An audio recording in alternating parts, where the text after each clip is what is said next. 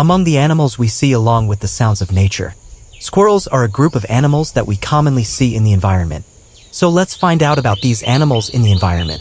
Thank you all for watching my videos. Remember to press the subscribe button below. Sure. Giant squirrels and small squirrels are fascinating creatures with some differences in behavior, size, and ecological impact. Giant squirrels, as the name suggests, are notably larger than their smaller counterparts. They can range from about 1 to 3 feet in length, including their tails, which can be quite bushy.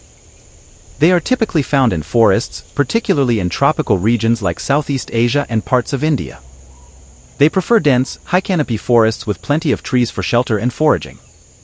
Giant squirrels are arboreal creatures, spending most of their time in trees. They are known for their agility in navigating the canopy and their elaborate nests, often built high up in the trees. Their diet consists mainly of fruits, nuts, seeds, and occasionally insects. Their larger size allows them to consume a wider variety of foods compared to smaller squirrels. Giant squirrels play a role in seed dispersal. By caching and forgetting some of the nuts and seeds they gather, they aid in the distribution and germination of various plant species, contributing to the forest's biodiversity. Giant squirrel exhibit color variation based on their habitat. This variation in coloration is an example of adaptation to different environments. In drier regions or forests with lighter-colored tree barks, these giant squirrels tend to have a lighter, more whitish fur to blend in with their surroundings. This coloration provides them with better camouflage and helps them avoid predators by resembling the tree trunks. Conversely, in wetter regions or forests with darker, moss-covered trees, these giant squirrels may have darker fur, appearing more black or brown. This darker coloration helps them blend into the environment with darker tree trunks and foliage, again aiding in camouflage and protection from predators. This adaptive coloration is an example of how animals can evolve to better survive and thrive in their specific habitats, using camouflage as a defense mechanism against potential threats. Small squirrels are more common and come in various species and sizes, generally ranging from about 5 to 12 inches in length, including their tails. They can adapt to various environments, from forests to urban parks, depending on the species. Their adaptability allows them to thrive in different habitats around the world.